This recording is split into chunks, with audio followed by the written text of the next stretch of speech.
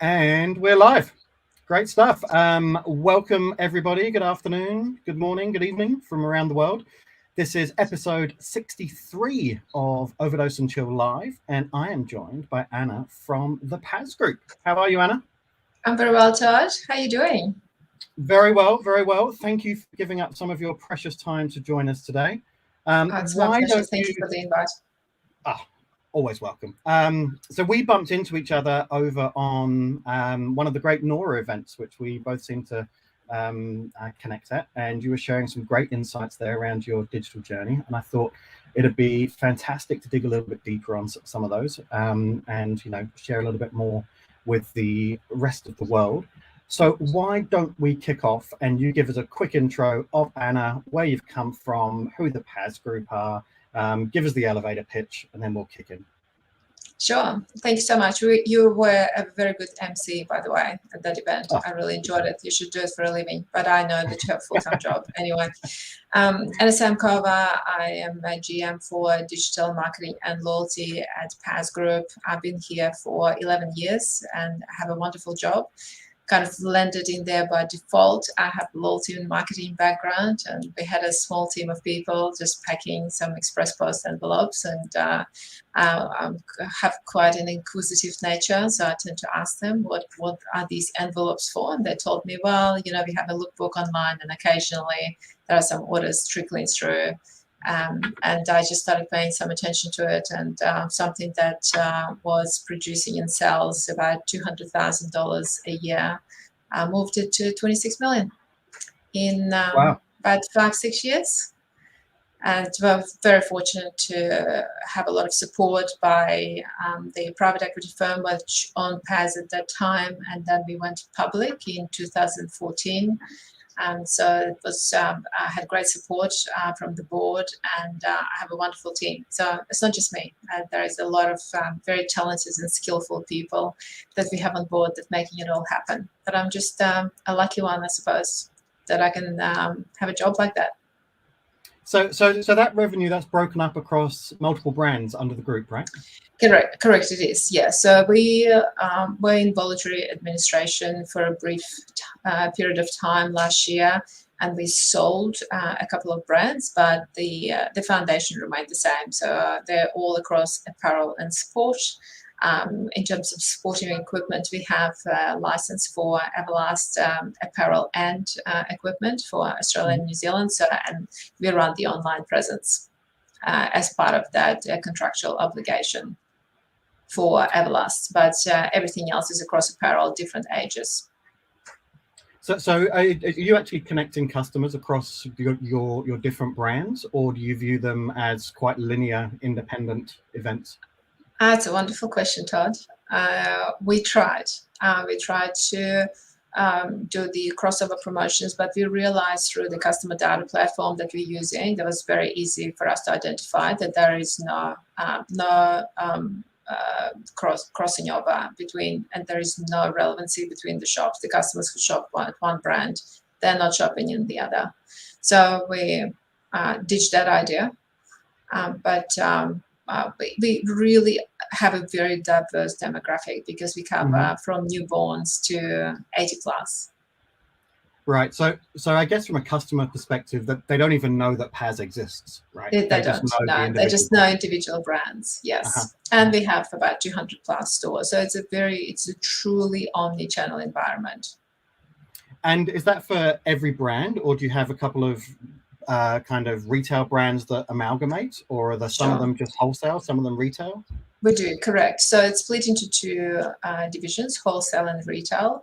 And retail department is represented mainly by Review and Black Pepper. So Review, their demographic is female, 25-35, and Black Pepper brands, that includes Breakaway as well. That's male, female, 60 plus. And the split of 200 plus brands, that's mainly for those retail brands. And the rest, Yard Trail, Marco Polo, Everlast, they are wholesale brands. So you see them in Maya, David Jones, Rebel Sport, and Independence as well. But we run the online portfolio is fall into under my domain. So you have to be constantly changing your head and getting your head into each different brand and each different channel as you're kind of weaving and navigating those different environments, right? Yeah, well, hence 11 years, it helps because you hold a lot of IP. Otherwise, my brain is actually on fire most of the time. It's a damn good innings. 11 years in one role in digital. That's not very often I hear of that. No, it's not.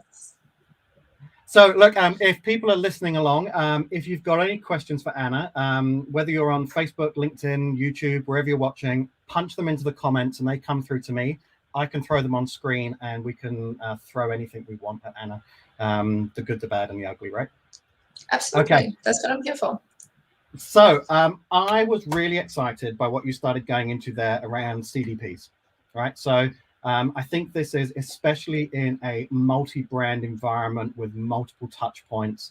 Talk us through that journey, because I think there's a lot of people looking for the silver bullet solution of I just install this and it tells me all the answers. And I think you're going to share that the truth is that it's a multi-year kind of commitment to really find the value. Yeah. You're absolutely correct. And I think your listeners will enjoy it because I get asked this question now all the time. Mm-hmm. For years ago, when we pioneered that and put it in our roadmap, no one knew about the CDP. And I know that you're across that. People actually didn't know how to spell it and what it stood for. So we were fortunate enough to be introduced to the CDP. Well, actually traveled overseas. So I attended the National Retail Federation in New York every single January. Those were the days where we traveled. Last time I went there, obviously just before the pandemic. And at that seminar, I was introduced to the Canadian brand that used the CDP, and they were able within seconds to tell you who the customers are, which promotion they're reacting to, which channels they shop, all that, everything about customer profile at the individual level. And I thought to myself, well, I can't do that because I have to ask the BI team to produce the report. Then you have to wait for days. Then you receive a data dump in the Excel spreadsheet and you don't even know what to do with it, and then you don't even know what questions to ask. I think that's where people stumble upon these challenges, because they actually don't know what the data can tell them. But the BI team, they're very smart people. They're just waiting for you to ask them questions. Otherwise, they're not going to volunteer with any information. It's like, by the way, Todd, you actually need to know this, this, and that in order to drive your marketing digital growth across the organization. No one's going to do that. And but you need to make friends with them as well. So they're wonderful people. I love them. We have the team of them here at PAS. But therefore, I realized that we do have the need for that platform, but no one knows what that is. So I went back to Melbourne. At that point, I did some research. Village Cinema used the CDP platform, and the banks, and a couple of insurance companies, and that was it. So that was my benchmark. So I sat through about 11 demos in 1 month. Wow. And believe me, I could not look at data after those demos for a very long time. But we thought we definitely need that in order to provide a better experience to our customers, the true experience. And if we are truly customer-centric, we definitely need this software to democratize our data and establish the single customer view that we can actually ultimately serve our customers in a better way, in a more personalized and relevant way, I should say. And we do need to remember that we have about 1.5 million records right now and on our database. So 1.5 million people sitting in our on our platform that we need to know what it is that they need to hear from every single individual brand. That's how the journey started. It wasn't, it's a very short version of it, but it took me a few months to sell the dream. And integrated across the organization. And actually took even longer to educate every single department within the group. And I think that's the secret to your success. It's not what Anna says, it's what does it mean, that particular solution to every single individual person in the group. And if you can present it to them in a way that it will help them to solve their problems and headaches and look like heroes in trade meetings, then you make your segue into making sure that this project will be integrated successfully. And this is what we did. We educated anyone from GMs to property people to merchandise planners and design team, everyone, and made it very accessible to everyone, so that every single person within the content, creative, design, whatever their responsibilities are, can log into the platform to get the information that they need. How many red dresses are we selling, and who is actually purchasing it? What's the age demographic and geolocation of that particular customer? So it really helps us to merchandise it properly, and especially with the comps, as you can imagine, we're sending a very segmented communication to our customers, which is a nightmare to our content team, because they need to create way more ADMs and way more content than they used to. But that's the nature of what we do. In order to delight our customers, we are willing to put all those hard yards. So it's been a journey for us. It's been 4 very successful years. We re-signed the contract with the existing CDP supplier. And you can shout out names. You can shout out names.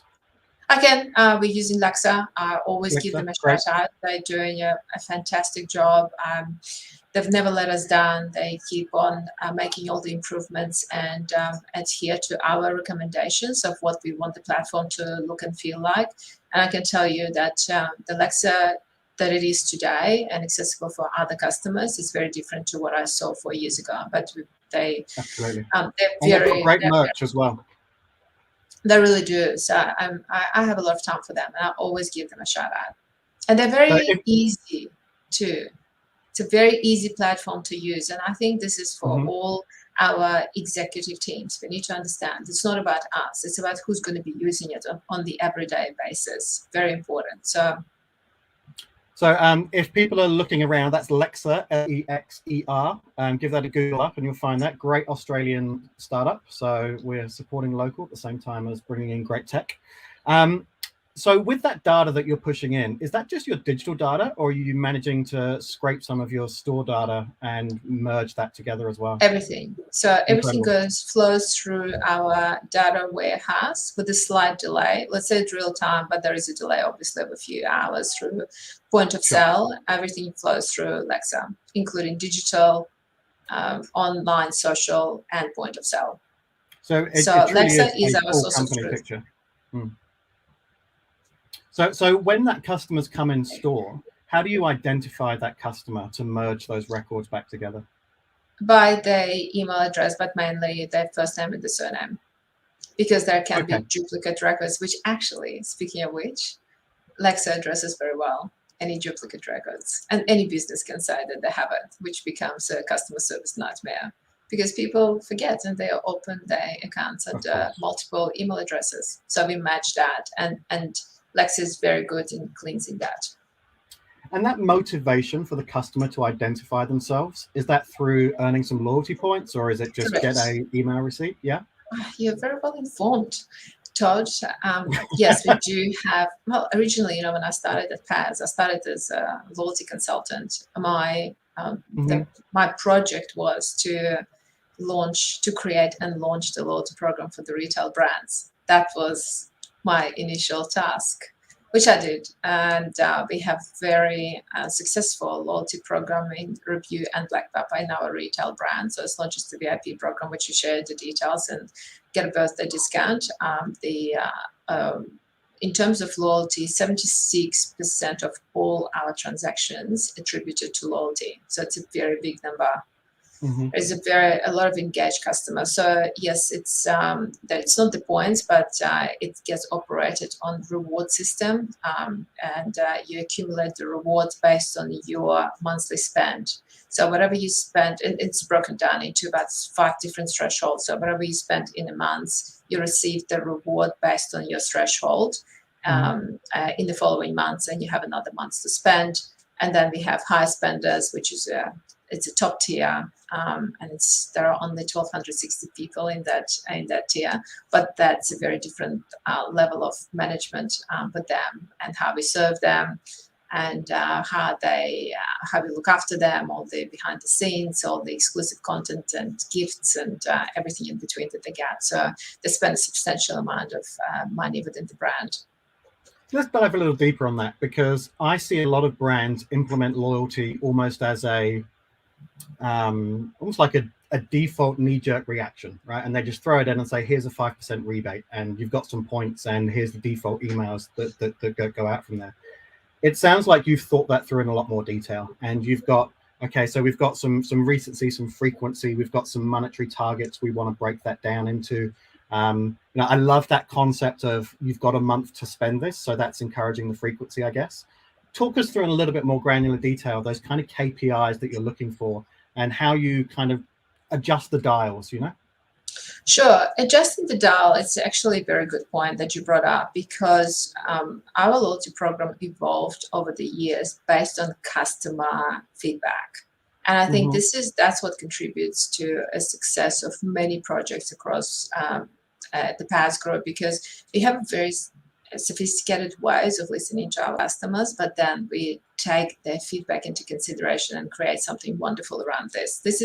That's what basically gave birth to a loyalty app for our review customers, because they were coming back to us saying, within your loyalty program, I can't track my purchases, I can't see my transaction history, I can't track my rewards, and you need to do something about it. And I agree with that. We did need to do something about it. And then we thought, wouldn't it be easy if everything was available for them on their phone? And, we launched the app and no one even was talking about the apps back then. And I've heard from so many people in the industry, don't touch it. People only use on average 2-3 apps, and they're mainly banking, and that's not going to be successful. You're not going to get any traction through that, but we did. So we launched the app, I don't know, it would have been probably 6 years ago, the loyalty app, and we have the highest conversion and engagement through the app. But we just went through the recent upgrade again last month, where we elevated it to the next level based on customer experience, where they can store their profile, they can see their receipts, again, transaction history, and we really finessed it on a very personalized level. And we can, through the app, we can send them push notifications as well that are personalized to them only, so it's to the individual level. But in terms of going back to your question about loyalty, it's very important. You're right. It's not a data collection exercise. You actually need to think about the value that loyalty will drive to your customers. Otherwise, your program is not going to be successful. So it can't be just one-way street. So it needs to be around your customer experience and what value-adding exercise that you're willing to do. And it can't be set and forget either, because it needs constant attention and constant improvement as well. And you can imagine in the omni-channel environment, when our tech stack is so complex, there are so many different platforms and how everything flows through, that every single upgrade can be a very costly exercise. And if you don't have a strong business case around it, it's never going to be approved. But our current loyalty programs, and we're actually going to introduce the tiered program next year again. It's another layer on what we've been doing already. But through the tiered program, there is a lot of this RFM model that you mentioned before, the recency, frequency, and monetary value. And we also segment our higher spenders and the customers that have disengaged with us within the program as well. And I can mention to you a few numbers if you're interested, if your listeners will be interested, but they're quite significant. Yeah, I'm not surprised they're significant. Myself and KJ, who's our chief data officer, were recently doing an audit on a brand where they had no loyalty program, right? And they had no CDP in there. And just after, a couple of days of diving into the analytics, you could see the balance that, I think they had around about a 90% plus was a one-time purchase churn, right? But they've become this incredibly transactional business through COVID, right? And they couldn't keep up with the growth. But then all of a sudden, as everyone started going back in store, it was this plateau of, oh my God, I can't rely on Google shopping feeds anymore, right? And just being top of search doesn't make sense for me. And when we dove into that data, you could see that the cost benefit of a loyal customer was that they'd actually come back and purchase 3, 4, 5 times if you got them hooked, right? As opposed to this one-time purchase. So if we increased their bailout by around about, it was about 15 to 20%. If you got 15 to 20% of those customers to come back and make a second purchase, we knew we'd get the third and the fourth. We knew we'd get that stickiness. And literally by converting 10 to 15% of that customer base, you could increase the whole revenue of the company by over 50%, right? Because that lifetime value was so huge through there. And I think it's part of the maturity of retailers that we're seeing, especially in the Australian market now, where, you know, digital's now become into those sort of, you know, late teens, early 20s, some guys are hitting 30% of revenue coming through those channels, that actually putting lifetime value as your core KPI is starting to trump everything above conversion rates and traffic and, you know, margin, right? It's like, I actually need to have a relationship with this customer. So that You're said, so right. Yeah. So You're that's so right. You just commented earlier about how you were doing segmentation on those customers. And I think that's one of the core parts of CVP work, is that the platform is useless unless you use the data, right? So talk us through some of those tactics of how you're actually using the insights to actually drive revenue. Because I think a lot of people think CDP is there just to write board reports, and it's not, right? It's there to literally change your whole lens on how you do marketing, acquisition, retention, right?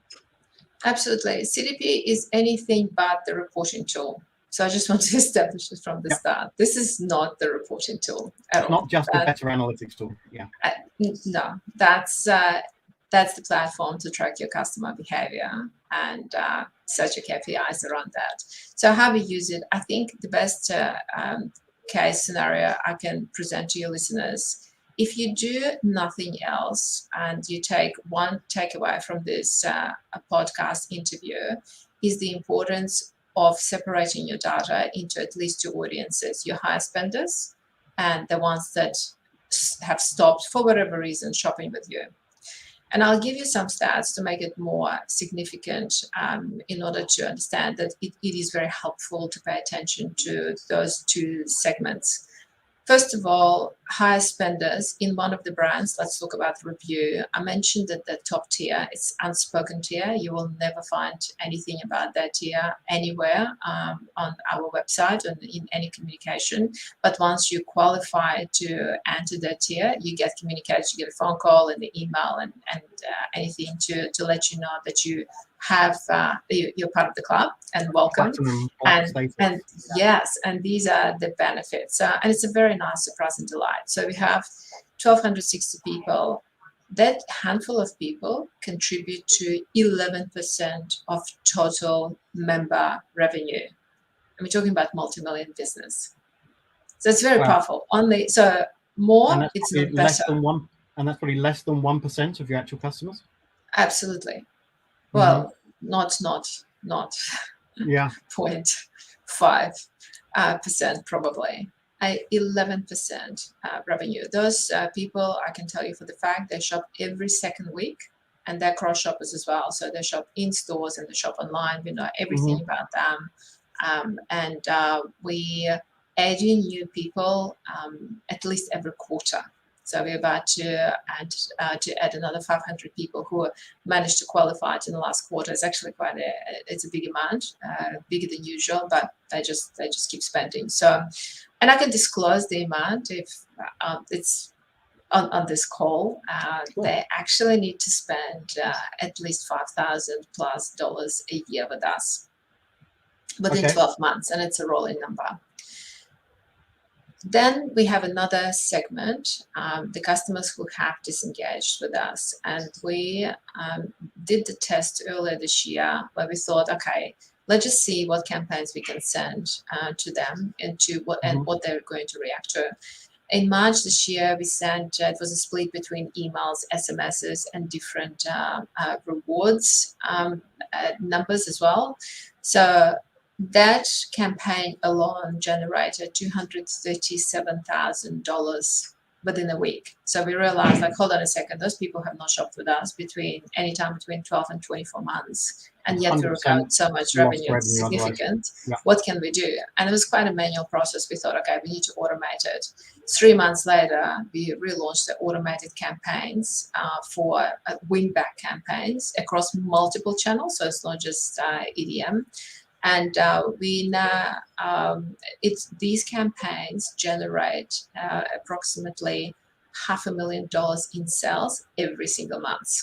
In fact, I ran the report for October last week. There was $700,000 in 1 month across the group, just from win-back campaigns. And we extended the disengagement timeframe from 12 months to 36 plus months. When we launched it was 12 to 24 months, and then we extended it even further because you don't know what customers are going through. Maybe they stop shopping, but then when they see the reminder and it's quite contextual to them, they come back and shop. I mean, they clearly do shop because of the numbers that we're seeing through. So that's my recommendation, the use of the CDP. If you are to start somewhere, start from high spenders and disengage. We started with high spenders only, and we saw massive success. And that's formula, that 20% of your customers will drive 80% of your revenue. You have to identify who those 20% are. You don't need to be good to everyone. You just need to know who are your brand advocates and engage to a degree, to your point earlier, the ones that shop with you twice or 3 times. And yes, you're right. The stats across the market show that when people purchase from your brand 2 times more, they become very engaged and they become very loyal. Not after the first purchase, after the second purchase. Love it. Okay, so the feedback there, team, both ends of the bell curve. Look after those that are going to spend the most and look after those that have run for the hills, right? And then I guess with time, the strategy kind of ebbs into the middle, yeah? And you look after the everyday customer from there. Well, absolutely. And then within that everyday customer, we also observe their behavior. And for us, the most important part, we stopped spray and pray 5 years ago. We don't ever send emails to everybody because more is better. And that was an educational process, can I tell you? That was interesting conversations to have around the meeting table with all the GMs that just I want sales. I just need to achieve budget. Let's just send it to everyone. So when you put these stats in front of them, it's like, well, we can send it to 1.4 million people, but this is that will generate 25% of your open rate, and click-through rate will be even less than that. So no, that's a waste of money. So within the audiences, we look at first purchase, second purchase, third purchase. And very important for us, the channel. So if they, do we have their email address? If we do, they receive an email. If we don't, they receive an SMS. If they receive an email but they don't open it, they can receive app push notification or browser push notification or SMS as well. Or if they're not engaged on any of those channels, then they will be targeted on social media. And social media data flows through Lexa as well. So that's why our performance marketing spend is not as big, just because it's very refined based on the audience that we know that will be engaged or lookalike audiences as well. And what we do on social very often, we look at Lexa of people who have not engaged in our communication via any of the channels, that will target them on social. So we don't have to, again, spend a fortune just to back up our branded keywords. Love it. Okay, so talk me through a little bit more around, obviously, when that customer comes in store, you're giving them some motivation to share their details. Are there any other activations you're working through to really start to cross those channels together, and how you stick together offline, online? Yeah, we didn't before, but it's incredible the timing of this conversation, because we've just introduced progressive profiling in stores last month. And we launched it through our point of sale. I think we are one of not many retailers in this country that do it currently. So the motivation behind it is... What does that mean, first of all? What does progressive profiling mean? Progressive profiling, when we keep on learning more about our customers and entering their details outside of your first name and surname and your email address, if you're willing to share with us, with store staff. So what it means... Sorry. So that's not asking for all the data at once. That's basically augmenting progressively Absolutely. that Yeah, whole you don't sale. want to Okay. you don't want to scare the shit out of them. Yeah. Excuse my language, but you just want to identify what's of interest to them. Why Mhm. they walked into the store? Are they interested? Well, in the example of review, let's say, are they interested in dresses? If the dresses are there for any particular occasion or just casual dresses, so that gets entered into the profiling category within point of sale that is synced through all the systems with us, including Lexa and the app and the online as well. So, and then we adding the shopping assistants name that looked after them and their sizing and what apart from the category, they're interested in accessories and what style of dressing as well. Is it A-line and the color too? So that's what progressive profiling means. So you just start the relationship, but there has to be that common denominator where they express interest in the brand and walk into the store and want to know more about the store, and then we start collecting the data. So I just saw Danny, good mate of mine, commenting on here. I'm presuming that you've got Omnio picking up some of that data for you. Is Danny on the call? Danny's not on the call. He's commenting on LinkedIn. He put a very big comment out there, but essentially saying that, that definition of good data is about understanding the value for both the brand and the consumer, right? And finding that synergy between them. So let's just go back to that.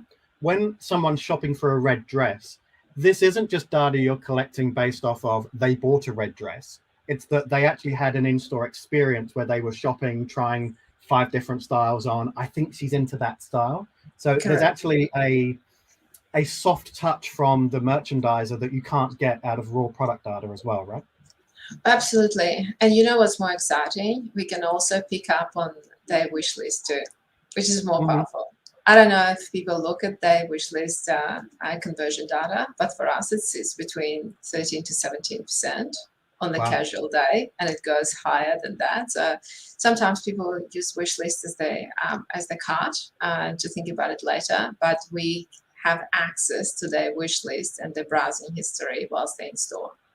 I think that's the most powerful thing, because the store associates can have a look what they're interested in as they are in the store.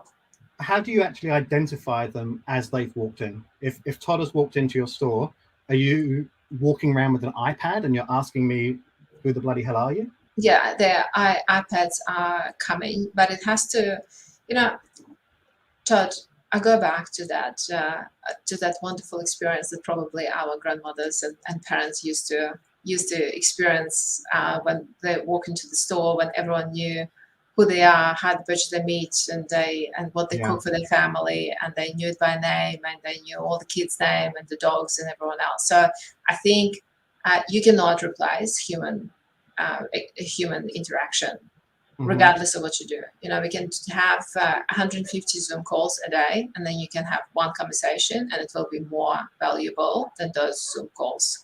Zooms are amazing, by the way, but there's still a place for that interaction. The same as shopping online and shopping in stores. That's why so many people went into stores as soon as we were out of the lockdown, because they crave that human interaction. So you can't replace that, the initial conversation, and hi, how are you, and how's your day, and is there anything I can help you with? Are you our loyalty customers, or are you just browsing on everything in between? So I think you need to still start that human interaction first and progress into supporting that with technology. We were, by the way, never driven by technology. We're driven by customer experience and technology needs to support that, but it's never, let's just launch this and then see how it goes, and then let's see how customer reacts to it. Do you see other retailers getting that wrong, where they start from technology and try to force that onto the customer? Yes, it's just such a buzzword now, especially with this digital first strategy. A person being in digital since the invention of digital, I suppose. For me, I think we are successful in digital because we have so many stores, and vice versa. We don't treat it, this is online channel, this is the retail channel. We treat it as one channel, because customer does not speak channels. They don't care about your channels. They're just talking about, what can you do for me today? And will I look pretty in what I'm going to wear and what you're selling to me? and does it serve its purpose? That's what they care about. And I think if we have to simplify our approach, because we're talking about voice assistants and AI, and it's all wonderful, and it plays its role, but it needs to be a supporting role. It's not the replacement of the foundation of retail.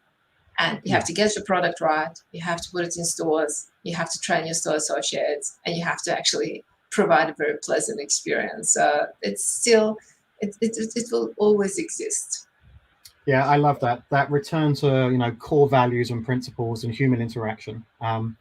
So as you've been through COVID, and you've obviously seen some change in learnt behavior, and I know a couple of your brands kind of sit in different demographics, and probably some of them, they weren't shopping as aggressively online before, right? But they wanted their fix, so they've come online. Do you think those learnt behaviors will remain, or there'll be a return back to similar levels of online versus offline revenue, or you're expecting to keep up with that digital curve?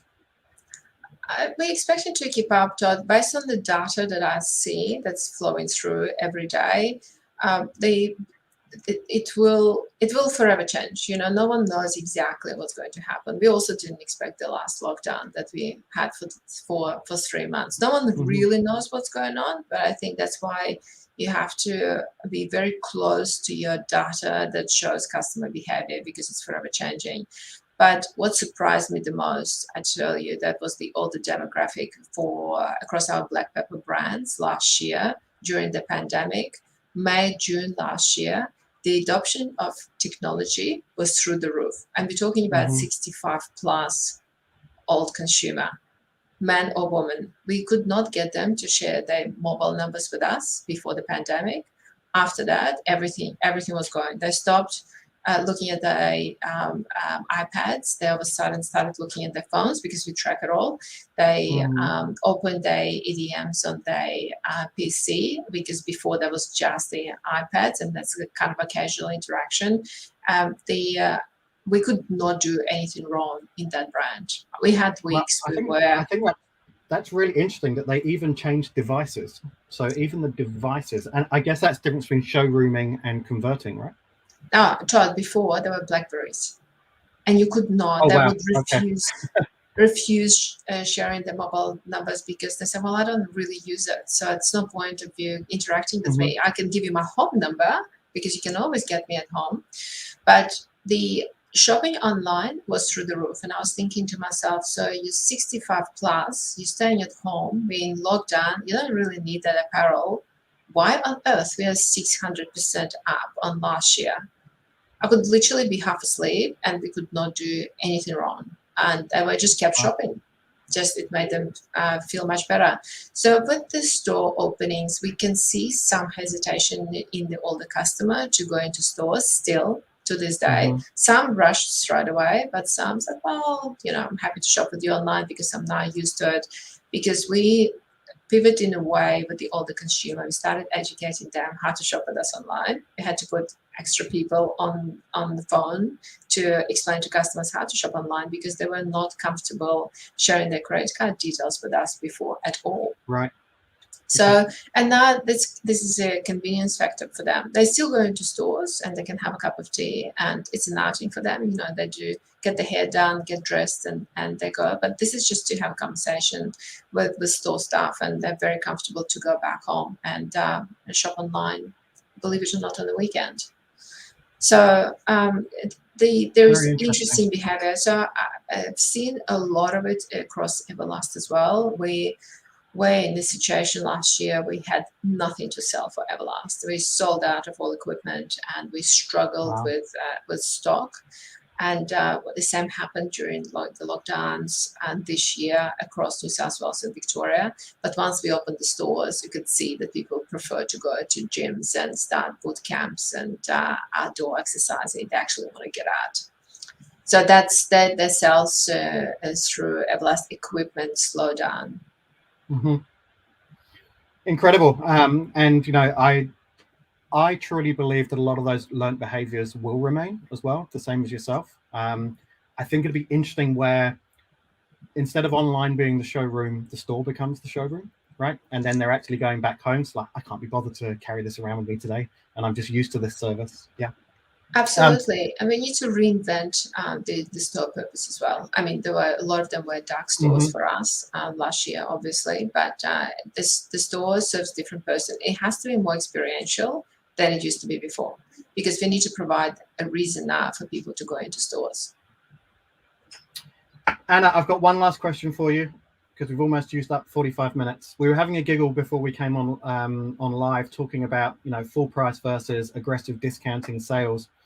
I think it'd be really interesting for the audience to give them your view of, you know, the periods we're in now, whether it is, you know, an Afterpay Day or a Black Friday or a Cyber Monday or a Boxing Day or a, you know, I'm seeing people starting Boxing Day sales a week before Christmas now. You know, what's actually happening in market, and is this healthy for retail?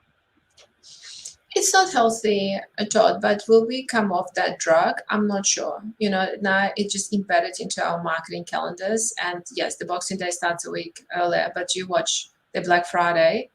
Used to be 5 days, the Cyber Week, and now it's going to be that we have started already seeing some of the brands going live with their Black Friday offers right now. So it's very unhealthy because, in my view, that is, it pushes your Christmas sales earlier, and for a wrong reason. I think anyone can sell anything when it's highly discounted, but I think it's way harder to create the experiences for your customers. They're willing to spend money with you at full price just because that's just an incredible experience for them, and there is something that you sell to them that there is a lot of urgency around that for them to have it right now.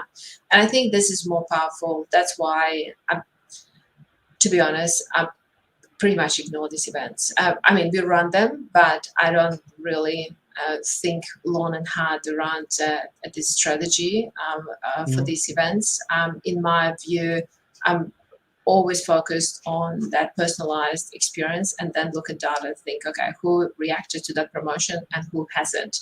Because we have a big database and cohort of people, I should say, who do not react to sales promotions at all, and we actually don't even communicate it to them. They're only interested in new arrivals, and in one of the brands, the frequency of new arrivals is almost weekly. And we know that it's a waste of time talking to them about Black Friday. And I don't want to insult their intelligence, because if they want to find something at a discounted price, they know how to find it. But what we're focusing on, that content that we're going to produce to those people who are interested in what's happening in the brand and what are our collaboration plan. And we recently announced our collaboration with a very well-known Australian artist, David Bromley. And it's been very successful for us. And this is what people want to know. They want to see behind the scenes. They want to see Q&As with David and his wife. And it's been wonderful. You know, I call it I don't think I call it. I think that there is a term right now, contextual e-commerce.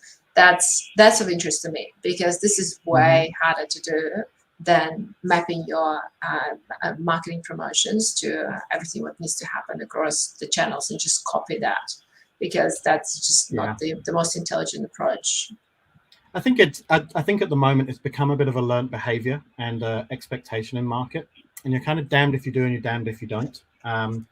We've certainly seen, you know, a lot of brands, seemingly unlike PAS Group. It seems that PAS Group have got this real depth of understanding about a singular brand environment, whereas a lot of retailers we see, they're trying to hit an exact number for digital, right? And it's like, well, I always did an extra 100 grand on that Black Friday, so vis-a-vis I have to do that campaign again.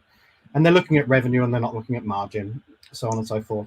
But what we're seeing with a lot of those retailers is where they're resellers, actually the level of discounting is shrinking, right? So we're seeing lots of these sort of, you know, 5, 10, 15, 20% discounts as opposed to this 30 to 50.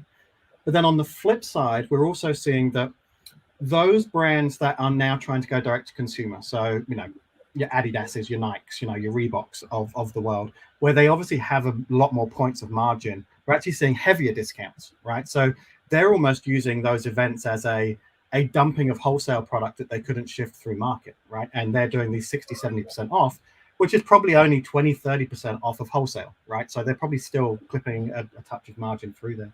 And I think that's where it starts to become disruptive, because it starts to etch away at that relationship between the wholesaler and the retailer, right? Of who owns that consumer. And my last thought on that is that a lot of people seem to believe that you can utilize things, and it kind of goes back to the grab one days, right? Where you can use this as a customer acquisition play. I think that's a really failed concept though, because you are engaging with them at a really aggressive, heavy discount, and then trying to bring them into a lifetime journey with you at full RRP. You've started on a discount, that becomes the core expectation for the rest of the journey, right? So I don't know. It's I'm kind of 50-50, but whether it's good or bad for the market. It certainly helps a lot of people clear a lot of product. And if you're a consumer like me, you can get things at half price. And if you're a smart consumer, you just sit there and wait for the right product to turn up that you were going to buy the kids for Christmas. So. But you know what I've noticed overseas, what very smart brands are doing, they create the product lines just for these events alone. Absolutely. Yeah. And then that becomes that exclusive range just for these big promotions, and they just keep their core product outside of it. Yeah. And they exclude it from these promotions. That's very smart strategy. And it's hard to do just because it can be hit and miss, but it is possible. Anna, you're an absolute rock star. Thank you so much for sharing so transparently and some of those interesting little tidbits and insights. CDP, segmentation, single view of a customer data, everything for the win. I hope you have a truly fantastic Christmas and for you and the team, and that getting back into store is normal for you. And on that note, we'll wrap up from here. So thank you so much for your time again. Thank you so much, Todd. It was great to talk to you. It's a great discussion and very good questions. Well done. Tremendous. Thank you, Anna. Thank you so much, Todd.